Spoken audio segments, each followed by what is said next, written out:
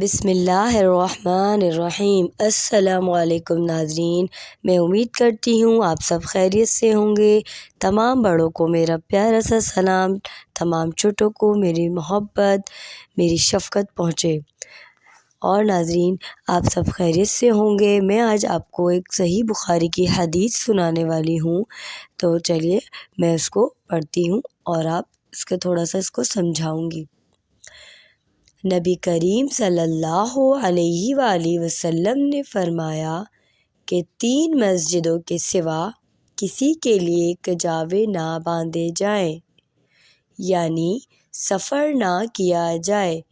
ایک مسجد حرام، دوسری رسول اللہ صلی اللہ علیہ وآلہ وسلم کی مسجد، اور تیسری مسجد اقصیٰ یعنی بیت المقدس کے علاوہ۔ صحیح بخاری کی حدیث ہے یہ۔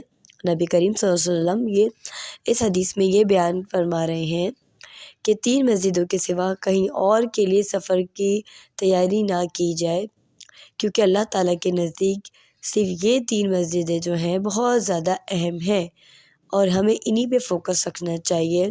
ایک مسجد حرام یعنی خانہ کعبہ، اس مسجد میں نماز پڑھنے کا ثواب بہت زیادہ ہے۔